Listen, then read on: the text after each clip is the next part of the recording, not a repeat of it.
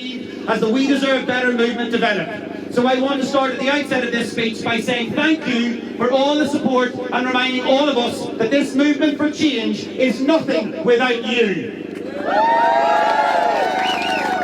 It is nothing without us. We collectively are what We Deserve Better is about. My name is Dylan Quinn and I'm a choreographer by trade and a dance artist.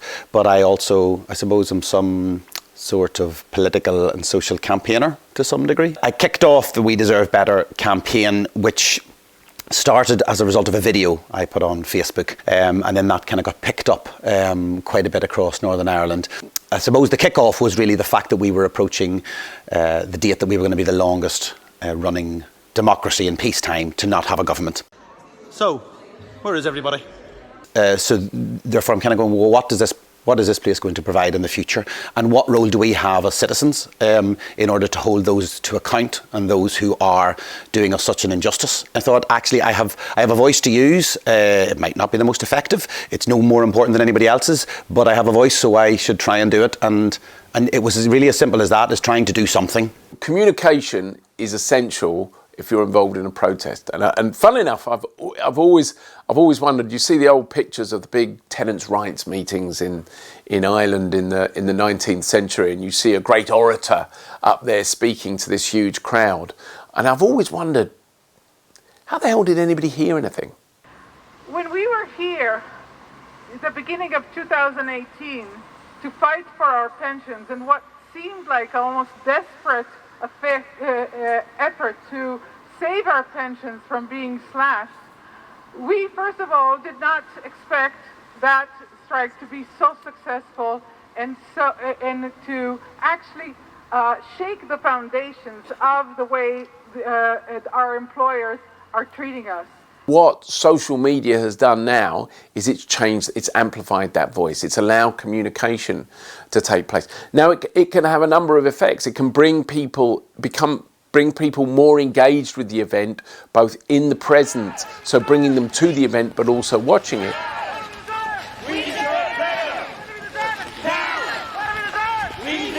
I think how it translates into people's action is an interesting thing to consider, particularly in Northern Ireland, where we have a very particular history in terms of political action or how people engage in political and social discourse. We have what I would term as a relatively naive democracy and an inexperienced democracy. So, and also people's power and agency have been taken away from them for them to believe that they don't have authority in doing stuff, or that whatever they do will not have impact.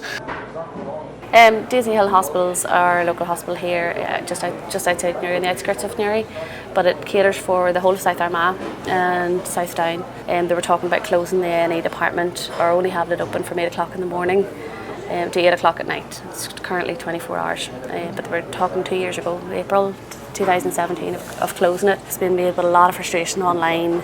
When the news feed would come out or a political statement would come out, underneath it there would be hundreds of comments of people saying, we need to do this, we need to, start something, we need to take to the streets, people power, and you could hear all this but there was nothing happening. Social media can sustain things over time, all right? It can keep messages going around.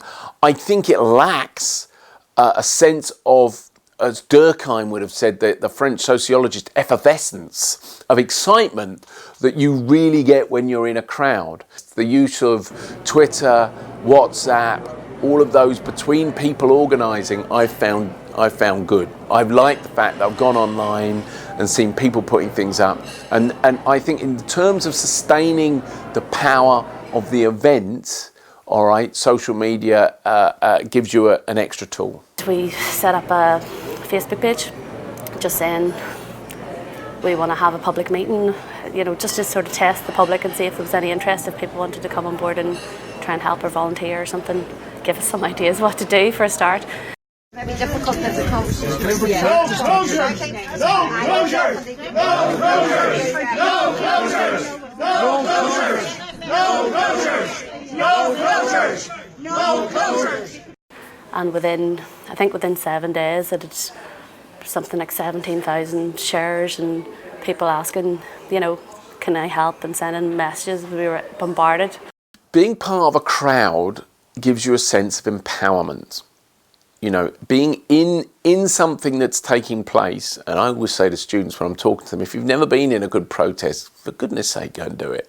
Because you have this sense of belonging, this consciousness that you are part of a big group. And in a way, social media adds to that potential. Is our resolution. We need to show that we're not just excited on the first day and then heading home for the rest of the week. We need to be here. We need to show our support to all of our colleagues. We need to show that we stand together.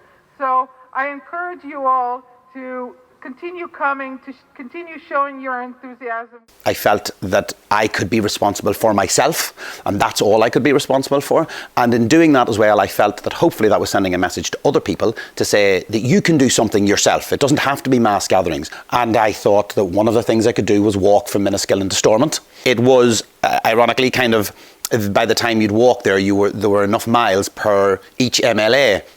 So I thought, oh, that's good. I'll nominate each MLA for a mile. I mean, that would have worked out, although we got lost on the way and ended up doing an extra 10 miles. It's about demanding better representation here in Northern Ireland. It's about getting the people across the north to shout out loud that we deserve better. That we deserve better in health, we deserve better education, we deserve better in equality, we deserve better in arts funding, we deserve better in a whole lot of things. Along the way, it was about trying to meet people along the way. It was about trying to say, okay, this affects lots of people and lots of constituencies. And by walking that way from Enniskillen to Stormont, from the constituency of the First Minister, I suppose it was some sort of symbolic thing about going, I can make it to Stormont, why can't you? I would say you still can't beat the power of a massed number on the street, and I don't think social media, I think it adds to it. I'm not sure it will ever replace it, is my sense. You can't beat a mass crowd. It's a way of expressing yourself which is extremely powerful and which scares the state. If you closed Daisy Hill and moved to here, I wouldn't be here now. And remember, we're not closing Daisy Hill. Sorry. I don't know. You will always have a sign that says Daisy Hill, but underneath it you will have opening hours 9 to 5, Monday I to Friday. decided shortly after that, about 8 months after that, that there was funding, that they did hire somebody to, oversee the A&E department, and that we're not going to close it.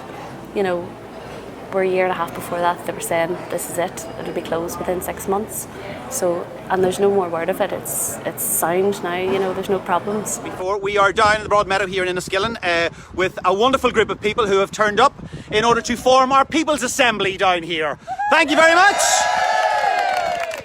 And this is to send a message to our political representatives that they need to get round the table as they are now, but to work effectively in order to resolve the differences they have, to form an effective and inclusive government for all of the people of Northern Ireland. It's time that you need to get together and do the work that you need to do so that we have the government that we deserve, because we deserve better than you have offered us. Thank you very much. The bit that's changed, I suppose, is people want somebody to express their frustration and kind of look a little bit to people to do that, which to some degree I'm happy to do because I am frustrated about it, but I'm also really keen on people trying to find their voice to do that. It was Facebook was the big one for us that time, and if we hadn't had Facebook then, I think the A&E department would have already had their services cut and would be closed from 8 o'clock at night, which is amazing when you come to think of it. So if they had tried to do that 20 years ago, there would have been no campaign, taken to the streets. That doesn't always work.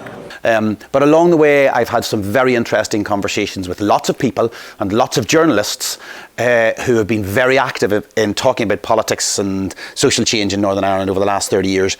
And I hear their concerns as well. And that's very interesting. So that bit, the bit that's changed for me is my understanding of the complexity of the situation in Northern Ireland, the fear that is experienced, and also the risks that we are playing with, and the challenges that we face in the future. That bit of it, I suppose, has changed quite a bit. Out today and showing those in power, we have a voice, we have a vote, we will use that vote, and we will make the difference here in Northern Ireland.